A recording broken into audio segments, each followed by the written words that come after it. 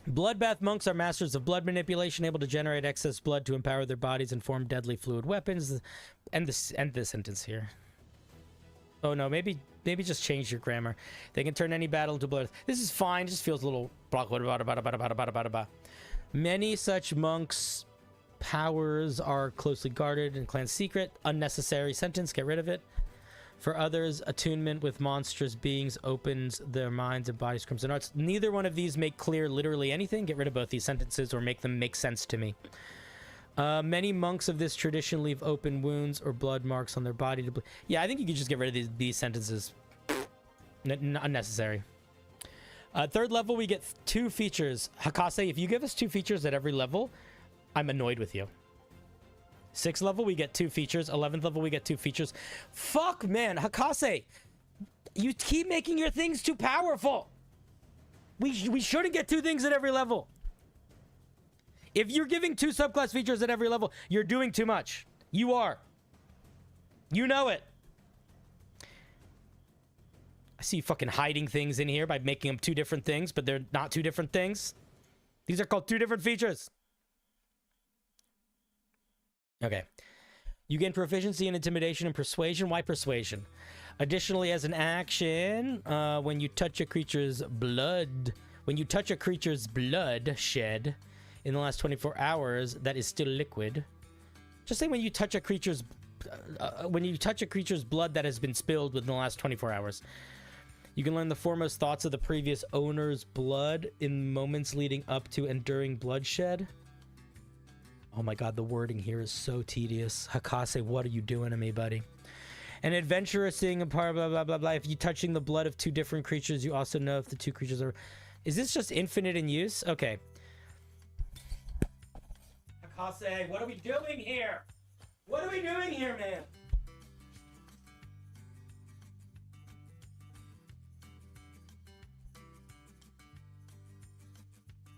I don't normally yell at people so much about something so small, but I'm tired of seeing you not making things reasonable. I'm tired of the overpowered, dude. I'm tired of the unreasonable power. I'm tired of... Oh, you're a better writer than that. Okay. So, this ability is not 1 ability. This ability is 3 or 4 abilities, depending on how you read it. Ability number 1, proficiency in intimidation. Ability number 2, proficiency in persuasion. Ability number 3, the ability to read the minds of creatures. Okay?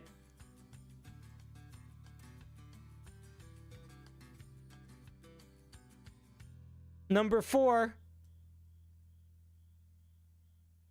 ability to know if creatures are related. That is a whole lot to put into 1 3rd level feature. I would say that is too much. So, which of these things do you care about the most? Keep 1 of them. If the one is persuasion and intimidation, great. If the one of them is the blood smelling thing, guess what, son of a gun? That's limited use, baby. That's a once per short rest kind of ability.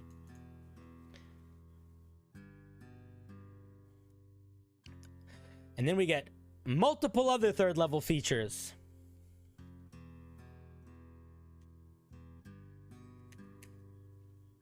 Yeah, it's infinite use mind reading.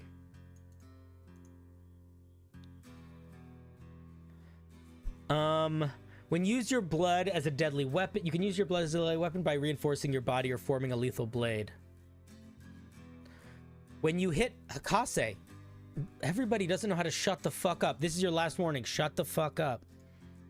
It's not your turn to talk. It's your turn to listen.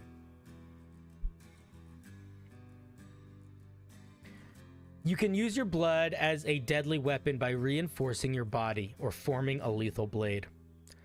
And that is now 2 different powers also.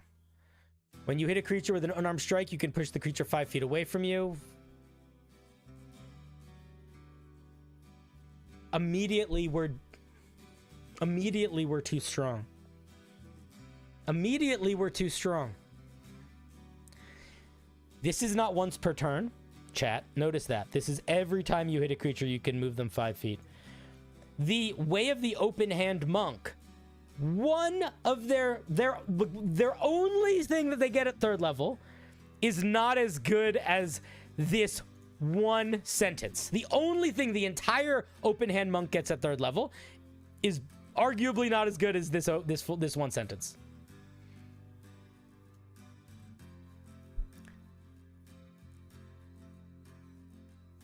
Once on each turn, you can also expend 1 key point to increase the push difference by 10 feet. Why are we pushing creatures? That's just open hand monks. Like, what are we doing here? Wait, where is it?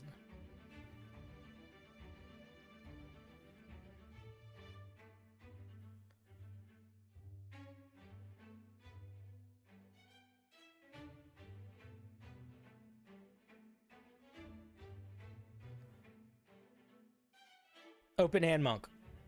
Where are you? This is the entire thing that they get at 3rd level, by the way. When you get to 3rd level, when you use your flurry of blows, and only when you use your flurry of blows, you can either attempt to knock a creature prone, attempt to make it move 15 feet away from you, or make it so it can't take reactions. Neither one of these are guaranteed, by the way. So I would say no, and it takes a penalty to its AC and dexterity saving. Yeah, man, this is way too strong, dude. This is way too strong. It was too strong here. Now it's just turning into stupid too strong. It's just too strong. All right. Like, Hakase, you can talk for a second, but I don't want you to clarify. You can just say, you can just say okay if you want to, or you don't need to say anything. But do you understand why this is too strong? Like, I'm not trying to be mean. I'm really not. But do you see why one of your abilities being where you can use a key point to push someone 10 feet and give them a penalty to their AC and a penalty to their dexterity saving throw is too much? Like, do you see why that's too... Like, you don't answer me if you don't want to. Like, you can just watch. But, like, I'm hoping that you understand... I'm hoping you can see that, because I don't know how to explain that this is too powerful without just showing it and saying it's too powerful. It's so much too powerful. So I'm hoping that I don't need to, like, break down why this is too powerful. I'm hoping you just get it and you understand it by me showing you that this feature is doing all of these things at the same time at the cost of 1 key point. I almost feel like it's not worth keep reading the whole thing, to be honest, because I don't know what the goal is, because it's just doing a lot of things and they're all like I like the blood thing, but we need to feel like a unique subclass and not just feel like the best subclass. As an action, you can expend 1 key to spin a mote of highly compressed blood. Each creature in a 15-foot cube. And then we're getting AoE damage on top of that. And it's equal to 3 rolls of our martial art die? Fuck off. Okay. First of all, no. No. No. Fuck off. Look at the dragon one. It's 2 rolls of our martial arts die, friend. 2 rolls. Don't make it 3.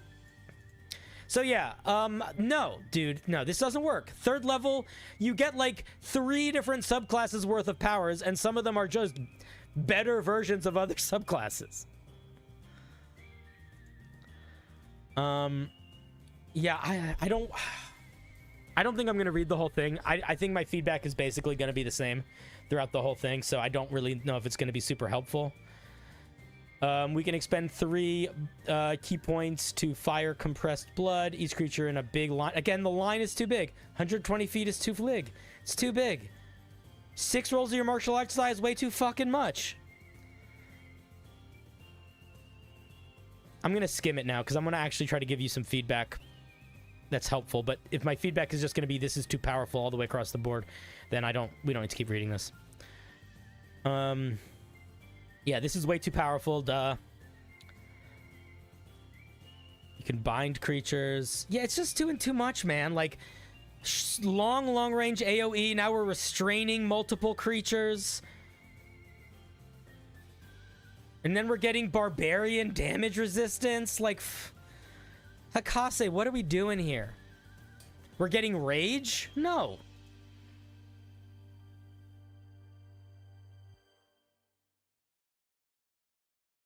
And then we're getting healing? What is going on here?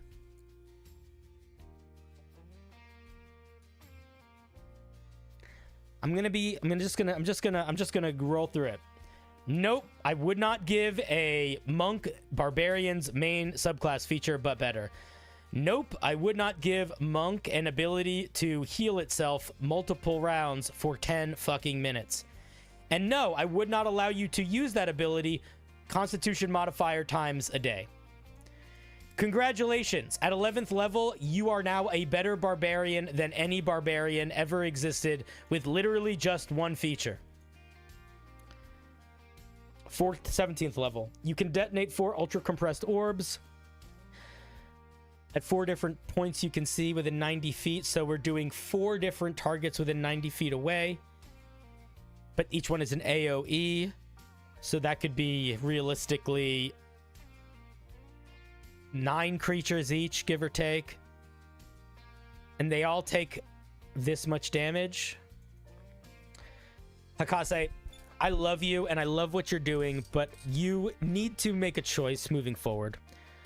You need to decide that you are going to be honest with yourself about the power of the things you're putting out there. Or you need to decide you don't want me to look at those things.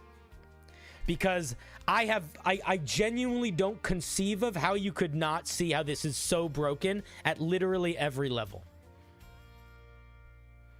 Like, how is this a reasonable feature? How is this a reasonable feature? The closest thing to this feature is, again, the Way of the Open Hand Monk, which does less damage than this to one target.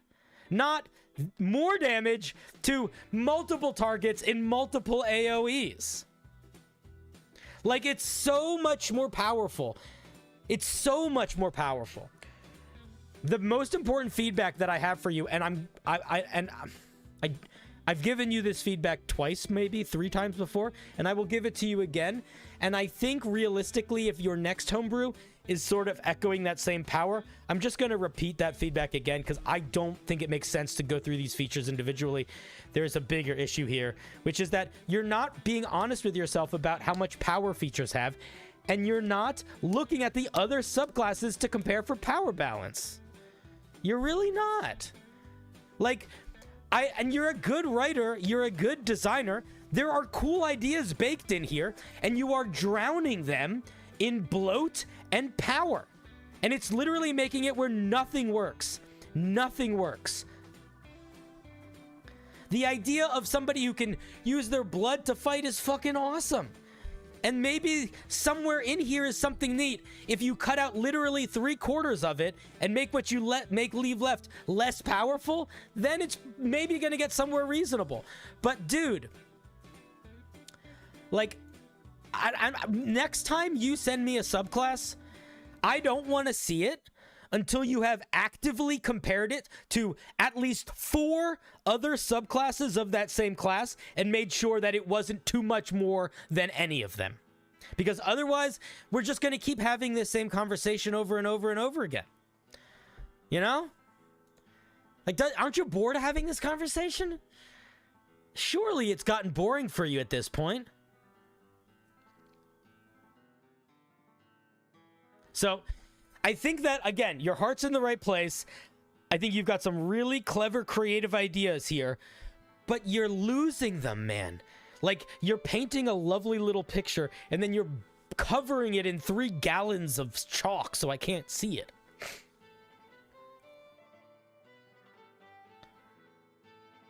So, those are my thoughts.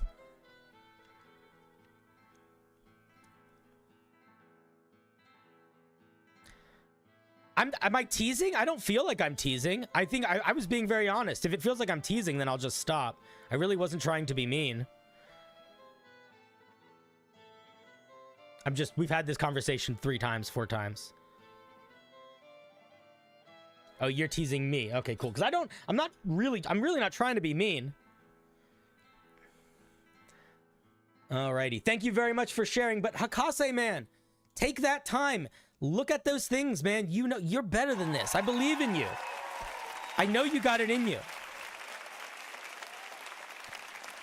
Can you ask a question about the 11th level feature? Sure, but I can't promise I'm going to answer it.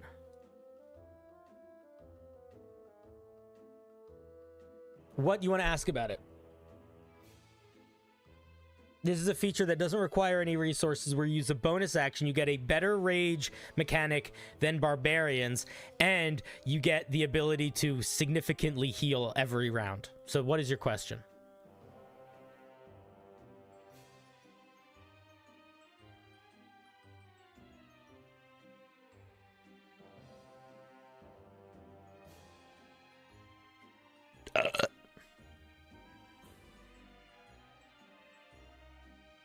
You love carp? I like carp too.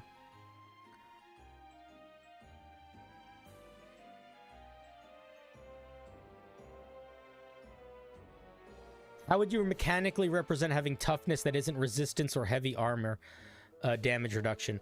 I think there's a lot of different ways to do damage reduction. I also think there's temporary hit points. I also think that... yeah, temporary hit points, maybe? I don't know. Temporary hit points. Armor of Agathis type shit. All right, I'm not answering any more questions. I don't have anything else to say about it. I hope that helps. Thank you very much. I wasn't trying to be harsh, man. I just that was crazy how overpowered that was. That was bananas.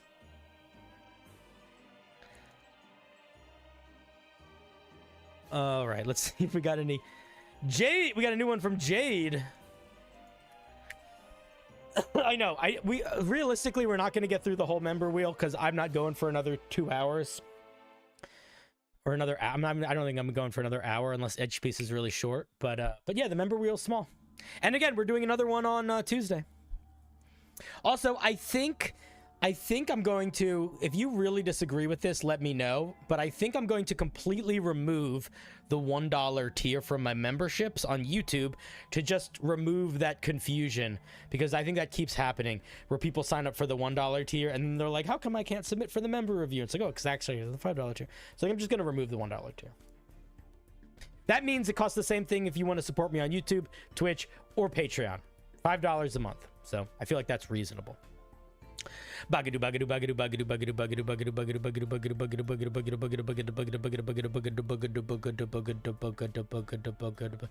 Tuesday is likely your last time submitting. Are you moving, or are you only giving the wheel one more chance to pay attention to you, or you just hate me?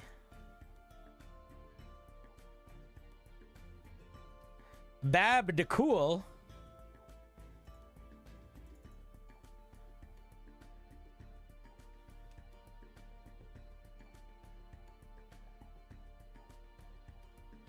Did I spell it wrong? No.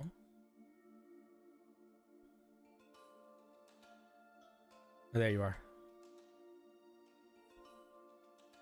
Oh, you're using the homebrew on Wednesday. Okay. Then you could also show it to other people. I have a Discord server, and in the Discord server, people share their homebrew, and people will usually give good feedback if they're able to.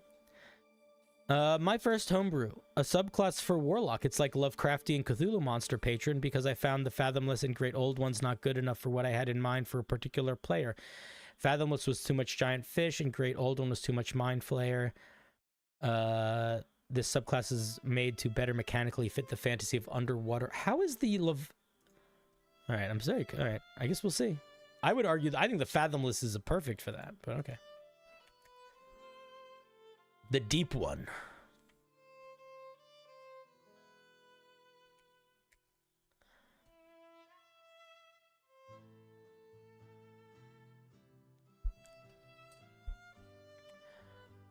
I don't like your text. I mean, I don't like your font. You've made a pact with an entity that embodies the unknowable mysteries of the dark ocean depths. The ancient being exists in comprehensive mortal minds. It may be a primordial for the sea, an elder god trying to... Yeah, this is fine. Fine flavor text. A little long. I don't think you need 3 paragraphs of it. Let's see what potential spells. Creator, destroy water, cause fear, phantasmal force, misty step, tide waves, enemies abound, phantasmal killer, black tentacles, maelstrom, modify memory. For somebody who said they wanted it to be less fishy, this is a very fishy spell list. I don't know if this spell list is very fishy. Very fishy. Maybe that's okay.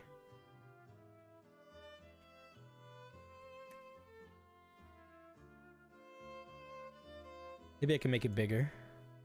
Yeah, it's a little easier to read. All right, let's see if we get a first level. 2 features. Resistance to cold and psychic damage. You can breathe underwater and gain a swim speed and go to your walking speed. I don't think we should get this at first level. I don't think we should get 2 damage resistances at first level. I also feel like the other warlock doesn't get that.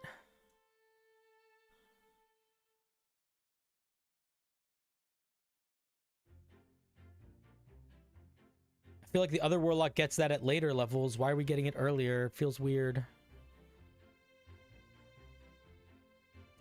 The spell list is too similar. You shouldn't have any spells. I would say no spells that are on the Fathomless spell list should be on yours. They also get a swim speed. And then you get resistance to cold damage at level 6. Yeah, don't... It's just too similar. Too similar. Don't give us 2 damage resistances at level 1. If you're going to do a swimming speed at level 1, fine. But don't give us half of the same things we get on the Fathomless Warlock just earlier. Too much, too early. Let's see what we get here. So in action, you produce a blasphemous knowledge in a 30-foot cone. Each creature in that area must make a wisdom saving throw. Against your spell save DC on a failure, the target is flooded with words that fill with ancient waterlogged tomes. Allies hit by the wave gain a bonus of 1d6 on all ability checks related to charisma, intelligence, and wisdom until the end of their next turn. This shouldn't increase. Cut this out. D8 enemies take a D8 psychic damage and on a failed save become frightened of you until the end of their next turn. I think this is too strong. I think this is too strong because we get a feature where proficiency bonus times per day we can frighten a 30-foot cone of creatures for a whole round. That's a lot for level 1. So, like, the Archfey is not the most powerful warlock, but when you're building your warlock, even just comparing it to the ones that exist, the Archfey gets a version of this feature, but the Archfey is like in a 5-foot radius around it for a round, and that's like the only thing they get, and they get it once a rest. So this just is doing just way too much. Way too much. I think if you want to do AoE Fear, that could be cool. But I don't think you can be doing allies benefiting and fear and damaging and make it proficiency bonus times per day. It's just too strong. Just way too strong. I would pick which aspects of this feature you like the most, and if you are comfortable, if you're like, I want them to be able to use it proficiency bonus times per day, then you have to power balance it down to make it power balanced for proficiency bonus times per day. Right now it doesn't feel like it is.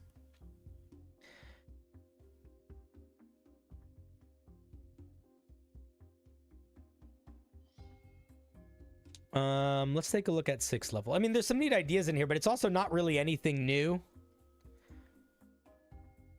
This, what maybe you could do here is you could do something like, you do some big radial something. Allies get to add a D4 to their ability checks and saving throws, and bad guys can like remove one. Like you could do that. Like it could be like a mass Bane Bless thing. Maybe that could be a better way of sort of capturing that vibe of helping and hindering at the same time. But this just feels kind of too much. And I think you're really underestimating the power of a 30-foot cone frighten at level 1.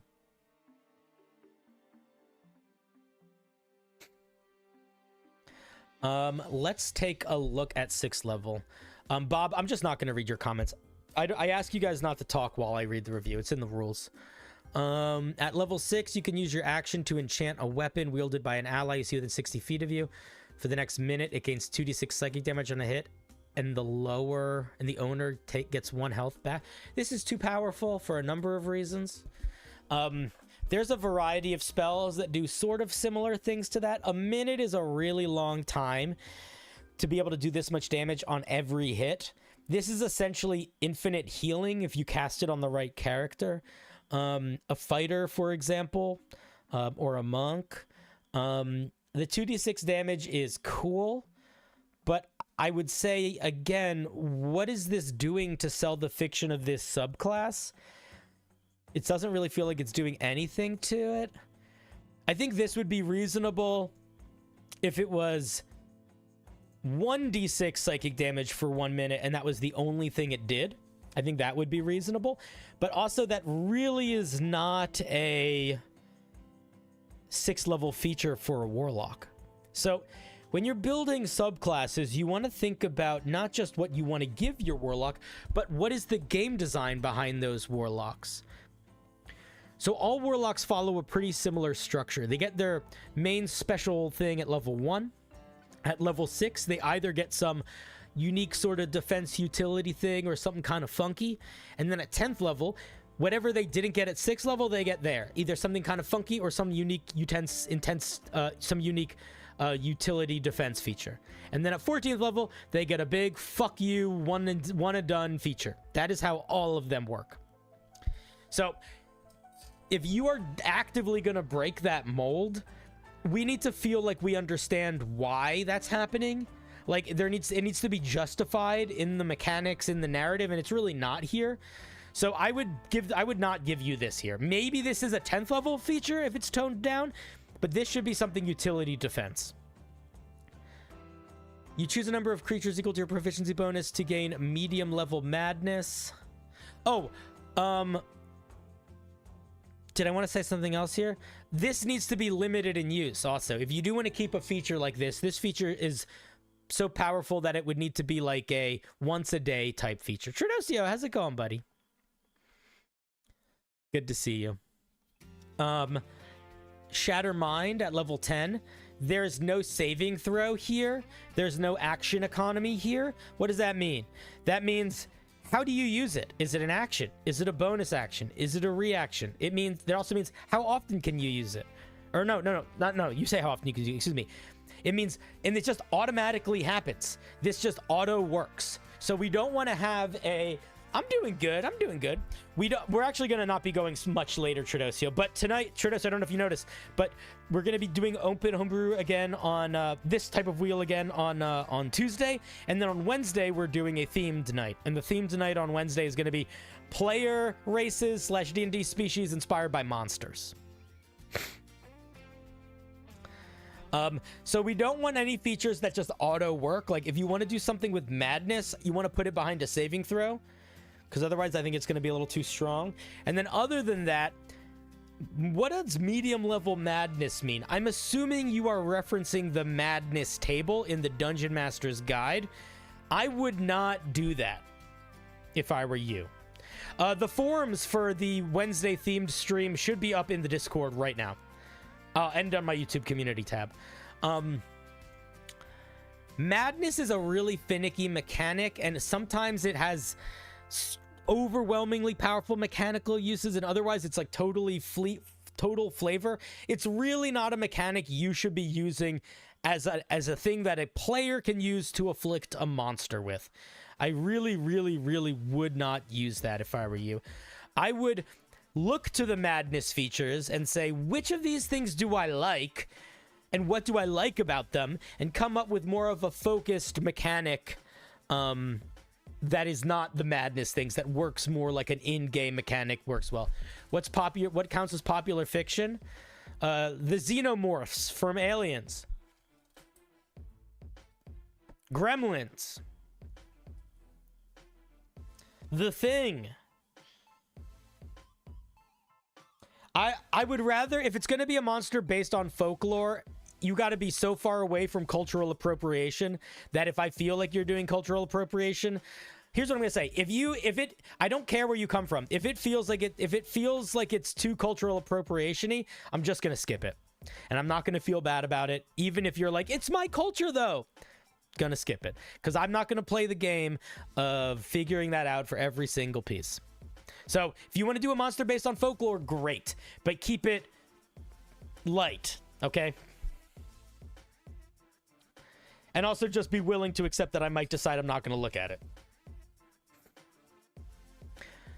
Yeah, so I would look at what you like about the madness table and distill some element of that into a into a mechanic here that you just write out. Yeah, no problem, dude. The thing is, in an ideal world, I would want everybody to be able to do that, but we've just had bad experiences. Like, I literally have had, it's been a while, but I've had streams where people have made legitimately offensive homebrew inspired by other people's cultures, and it was bad.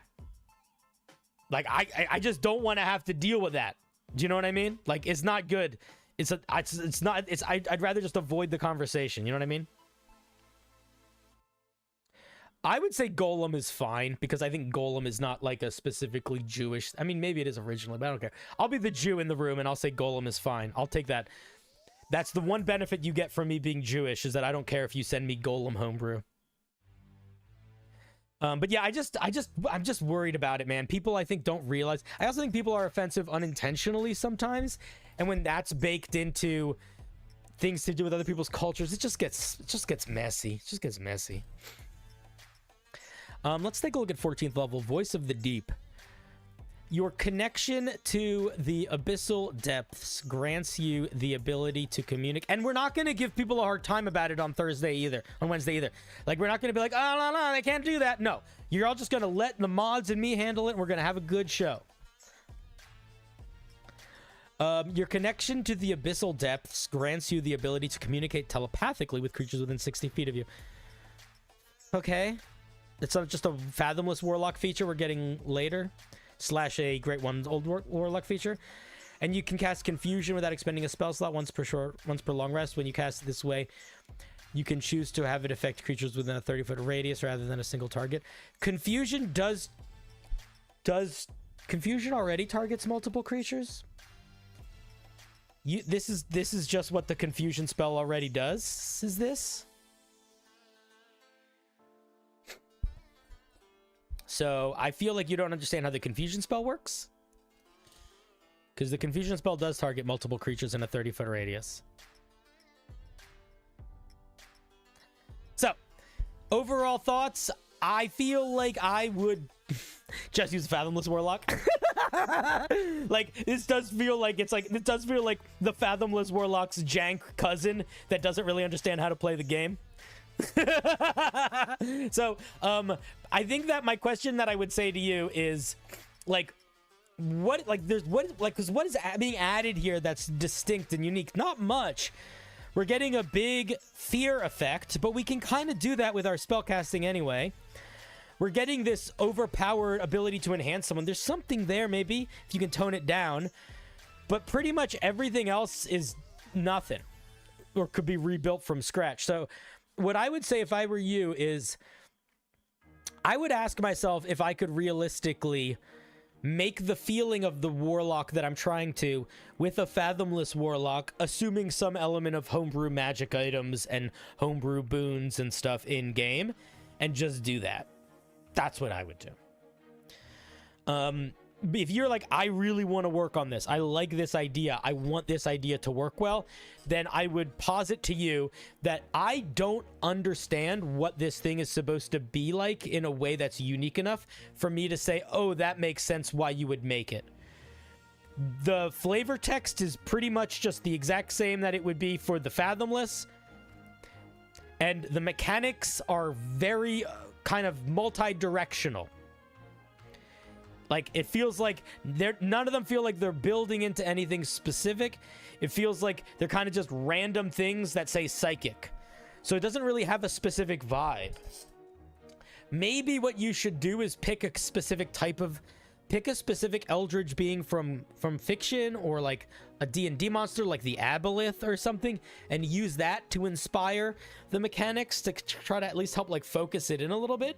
Because right now it kind of just feels like random stuff, and a lot of the random stuff could be pretty much copied word for word if you not copy word for word, but a lot of these mechanics could pretty much be copied just by which spells you pick.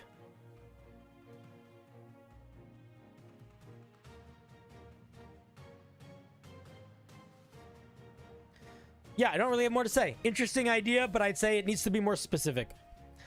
needs to be more specific to earn its existence. Otherwise, you might as well just be a fathomless. Fathomless are awesome. All right, let's give Bob a round of applause. Thank you, thank you. Thank you for sharing. We appreciate.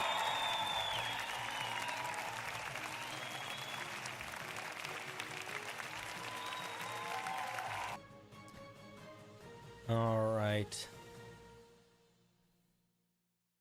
Buggada. Let me make sure I didn't need to add another wheel. I didn't. Good. And it's gonna be Pokey. What you got for us, Pokey? Not Poke a fan, Poke 9. There's 2 Pokies now. Isn't that weird?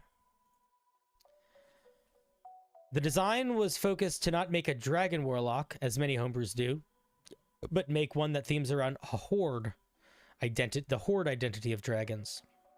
I feel like I saw this one already. I wanted to offer a patron that players could use to revitalize unique identities of dragons in the world besides being massive monsters. A large part of the design was slowed down because of the elemental niche genies serve, as well as avoiding thematic blah blah blah. Okay. I feel like I saw this already. Maybe I have. I don't know. I've seen a... Ooh. If I didn't see this before, I looked at it before stream. One day. Did you submit this to another stream and it didn't get reviewed? Because I think I think I skimmed it once. That's what I think I'm remembering. If you submitted this on another day, I've skimmed it before. I usually skim the first like 20 to 30 submissions each day, or at least whichever ones are there when before I start stream, just to keep an eye out. You've struck a deal with an ancient creature of incredible wealth and majesty, a dragon. Typically, dragons form thralls of creatures to serve them and guard their horde. Your patron utilizes you to gather anything it deems valuable on your journeys as such wealth, artifacts, knowledge, sealed warlocks, blah, blah, blah. Okay, flavor text is good. I don't really have any immediate thoughts on the flavor text. Yeah. None of your sentences are too long. This is a good ending to the opening sentence. And opening sentences matter a lot. This is a good opening to it. All right, let's see what we get. Burning Hands, Chromatic Orb, Dragon's Breath, Warding Wind, a Shadowlands Strive, Call Lightning, Secret Chest, Storm Sphere, Legend Lore. Cool. I like all of these. I think that this is fine. I think if your goal is going to be about horde-related mechanics, we should probably get Locate Object or See Invisibility in some way or another. I feel like those two are important. Not just dragon related, but or Identify. If that's not normally on the it might already be, but if it's not normally on the warlock spell list, I'd maybe add that too. I would lean more horde related and collecting related than I would dragon related for the spells in places, because you got a lot of dragon throughout here. Scalebound, first level. Here's the link if you guys don't have it. Saying yay, I'm improving is fine. What I don't like is when they start explaining something. I'm also even okay with them asking a question if the question comes off in a non-confrontational way. But people have a hard time with that, and I have a hard time with interpreting that, so the easier thing is to just stay quiet. Okay, you get Draconic, and then you get Dragon vibes.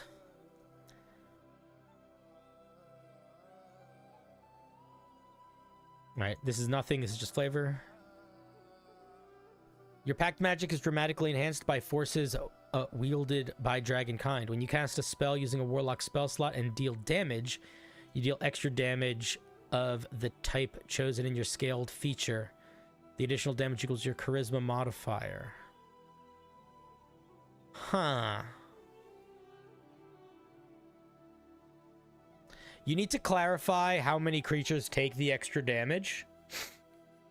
It shouldn't be all of them.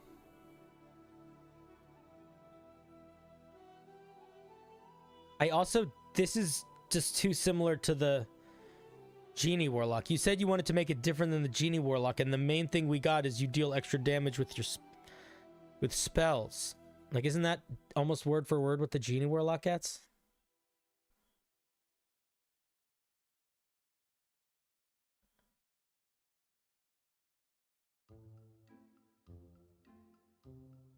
Yeah, like, look what's going on here, man. The details are not what matter. Here's the details. The details are it's once per turn when you hit with an attack roll, and it's equal to your proficiency bonus. Yours is when you cast a spell, and it's equal to your charisma modifier. Theirs, the damage comes from their genie type. Yours, it comes from your dragon type, but it's the same ability. I would, if you like it, keep it, but I would say simply because of how similar it is to the genie ability, that is enough for me to say scrap it entirely, come up with an original, actual new feature. The details of it being charisma modifier damage versus proficiency bonus damage and being on casting of spells versus making attack is negligible. Also at first level, your patron looks for items of great value and importance amidst the material plane. You can cast the Identify spell at will on any object without expending a spell slot or material component. When the duration of the spell is complete, you can choose to instantly attune to the object if it's attunable. That's not particularly good. Additionally, when you attempt to attune to an object, you become aware if it's cursed. That's good.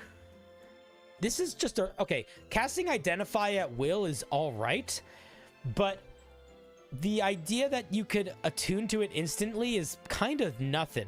And the reason why it's kind of nothing is the spell takes a while to do it. So you're never going to be in a situation where you pick up a magic item, learn what it does immediately, and then start fighting with it. You will be in situations where you pick up a magic item, hang out for a minute, and then maybe you do something later. So what I would do, and I also, to be honest, I think getting Identify at will is maybe too much. So here's what I would do if I were you. I would give you the Identify spell, and then I would say maybe proficiency bonus times per day. You could cast it as an action instead of as a minute. And when you do cast it in that way, you learn whether or not the object is cursed, and you can choose to instantly attune to it. Does that make sense? That's what I would do here. I think that would make this feel more like a feature. I also still think it's kind of a ribbon feature.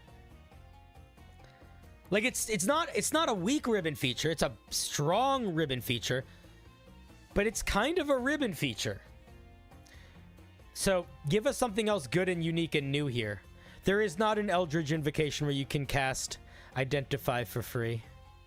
You think it would be better fitting? Assuming that your dungeon master is willing to accept some homebrew, I think it's reasonable to try to bake it into a subclass if that's where you think it's going to work the best. I think that's fine. You know, I got you. I misunderstood initially. But I don't think we need to. I think it could be fine here. I don't think we need it at will. I think proficiency bonus times per day is more than enough. Especially if you can still cast it as normal. Let's look at 6th level. Your service to your patron has enabled them to empower your soul with a protective connection. You have resistance to the damage type of your chosen thing. Fine, easy peasy, lemon squeezy, stereotypical dragon stuff, of course. Nothing burger. Not bad, but also nothing. But what do I mean when I say nothing? Because that is kind of a little mean sounding. Here's what I mean when I say nothing specifically. I mean, it's both obvious and not particularly evocative. It feels like it makes sense, but not in a way that's exciting, but in a way that if it didn't get it, you'd be like, oh, I would have thought it would have got that. Do you know what I mean? In addition, the protective connection grants you a bonus to your armor class. It equals to half your charisma modifier rounded down. Is this just... No, what? No, this is stupid. What? Do we not get an innate armor class? We just get a flat charisma mod armor? No, don't give... No, this is stupid. This is nothing. This is really nothing. This is... Your armor goes... You can hide it under a mountain of flavor, but when it comes down to it, the only thing this feature does is gives you a bonus to your AC. Permanently. That's not evocative. That's... If maybe if it felt like it was more baked into the dragon thing, it could... There's an excuse for it. But I don't like it. I don't like it. I'm anti... you just get a random bonus to your AC that doesn't feel like it needs it. If you want to give them a natural armor class or something like that, go ahead. But do it earlier. Don't do it here. And don't make it just a random armor bonus on top of your normal armor. Make it make it like an unarmed defense type thing. You could base it off charisma if you want, but I would do that. I wouldn't do this. Get rid of this. At 10th level, your continued service to your patron has solidified their trust to grant you greater control of their power. When you use your Draconic Weight feature, don't remember what that is. Oh, that's the feature that I told you to remove. It's just more damage. Yep, another great example of why you should just remove the feature. It's nothing. When another creature subjects you to your scales bound damage, don't know what that is. What is scales bound? Where's the word scales? Oh, see, here it is. Oh, it's this. Oh my god, that's such a confusing way of writing that. Holy shit. You can use your reaction to siphon some of the power of the damage and regain a warlock spell slot. I would make the regaining a spell slot probably a once a day thing, not a once a rest thing. I think that's fine. I think this first part is garbage. It's another one of those things where it's like, you're kind of just making the numbers go up again. Like, where is the uniqueness? Why is this related to not just dragons, but specifically dragons' hordes? Like, how is you doing more damage and you having another spell slot when you take a certain damage type tied into the flavor of this? I feels like it's not. Oh, I know that getting a warlock spell slot back is big. I'm not saying it's weak. It's strong for sure, which is why I think it should be once a day. But beyond that, I just don't know. I don't know how it connects to the flavor that you've tried to sell us of the subclass. Like, it just kind of feels... It feels like you lost the plot and sort of just went back into elemental stuff. You know? So the 14th level is the thing you're worried I'm not going to like. Let's see. Gathering from your patron's horde has given you the ability to mimic the environment of your patron. As an action, you can visually change the terrain in a 30-foot radius surrounding you to a phantasmal reflection of your patron's lair. The lair joins initiative roll 20, uses your warlock spell save DC for its effects, and lasts for 1 minute. While you are within your lair's radius, do you say the size of it here? 30-foot radius. Does it move with you? You say... Okay, it's important for you to clarify that it doesn't move with you. Because it says here, while you remain within its radius, which to me implies it shouldn't move with you. When you say something surrounds you in a 30-foot radius, it implies that that movement sometimes moves with you. So I would just clarify that language a little bit. I don't know if I agree with the way it's written. You have blind sight and true sight. One makes the other kind of redundant, so I would just give you true sight. Immunity to a damage type. More just numbers go up. Get rid of all the numbers go up bullshit. Or keep it, but make it feel unique. Creatures of your choice are unaffected by actions taken from it. On the Lair's initiative, you can use your reaction to use one of the following actions. Say effects. You erupt the energies of your patron. Each creature in the radius has to make a saving throw or take a bunch of damage. You engulf creatures in sparks. Each creature in the radius has to make a con saving throw or takes more damage from something else that you got to get rid of. Okay, so what does this main 14th level feature do? Gives you a little layer for a minute. I think that's fine. I think that idea conceptually is really fun. I'm worried that it's a little stronger than the other subclass 14th level features by a large margin. I will give you an example. Let's just talk about this feature, because this is the only part that I really think is worth keeping outside of... I mean, you can keep these ones, but this has definitely got to go. So let's say Draconic Eruption. So the way that this thing works, roughly, is that as a reaction... So you basically, for 1 minute, you can make all creatures in a 30-foot radius or 60 feet end-to-end area make a saving throw or take 6d6 damage. And you can just do that every round for a minute. You don't have to concentrate on it. There's no way to turn it off. It's just on. Incorrect?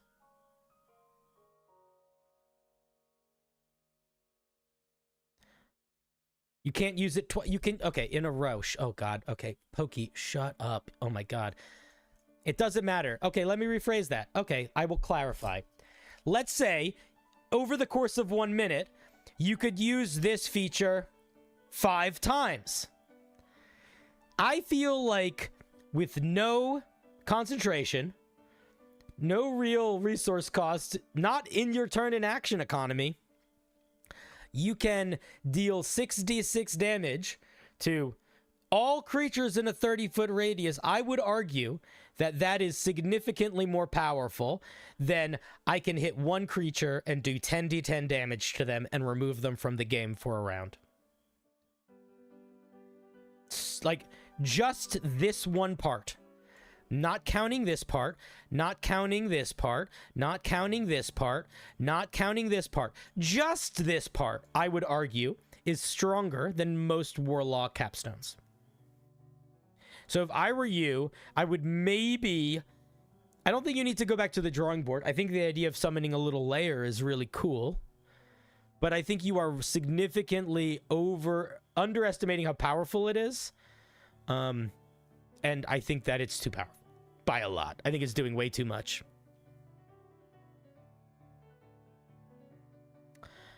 Yeah, that was Beam of Thoughts. I think it's a noble pursuit. I do not think you are landing the mark yet. I think that the treasure touch is a cool feature if you can tighten it up. I think the layer thing is really cool if you can balance it to be reasonable. I think pretty much everything else can go and should go. Pokey. Oh my God. I'm gonna time you out. You're being annoying. Actually, it costs a reaction. Oh, I'm sorry, Pokey. I'm not gonna time you out. Excuse me, can you explain to me why losing a reaction makes it so this thing is as reasonably powered compared to any other Warlock subclass feature? Do we have to have that conversation? Or can you just shut the fuck up and know that I'm right? You know what I mean? Yeah, it's 5 circles of death plus true sight plus a damage immunity. But excuse me, but it costs a reaction. So? The other things cost actions. And they require concentration. And they do a lot of other stuff. Oh my God. Excuse me. So I love you. There's some great ideas in here, but don't you start nitpicking the feedback, or I'm just gonna make you feel bad for 10 minutes, okay?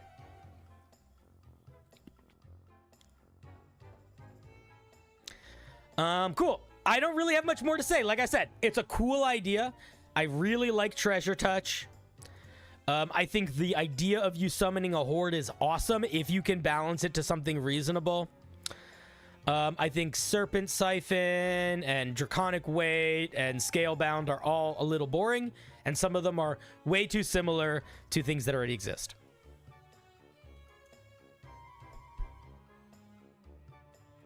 And that be my feedback. I don't really have more thoughts other than that, Pokey. Thank you very much for sharing. Let's give them a round of applause.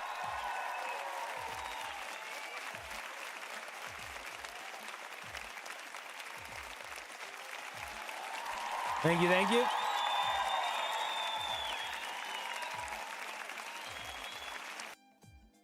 Alrighty.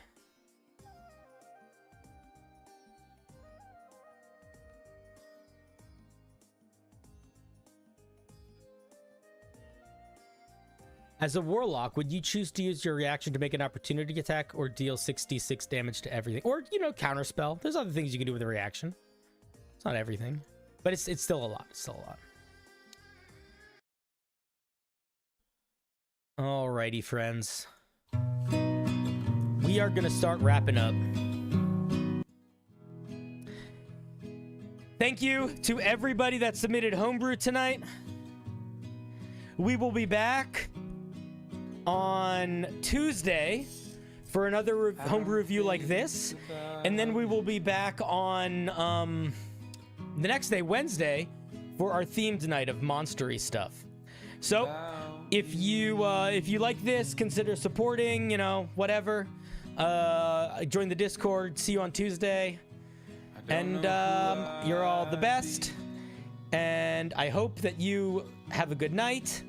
And thank you, everyone who supports the show and shares stuff. You guys are the best. Thank you, thank you.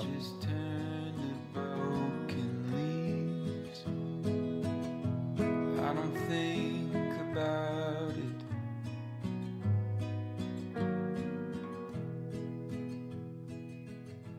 Do you think of me?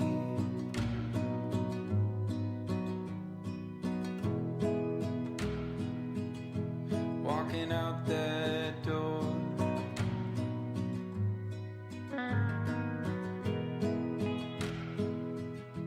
Never hearing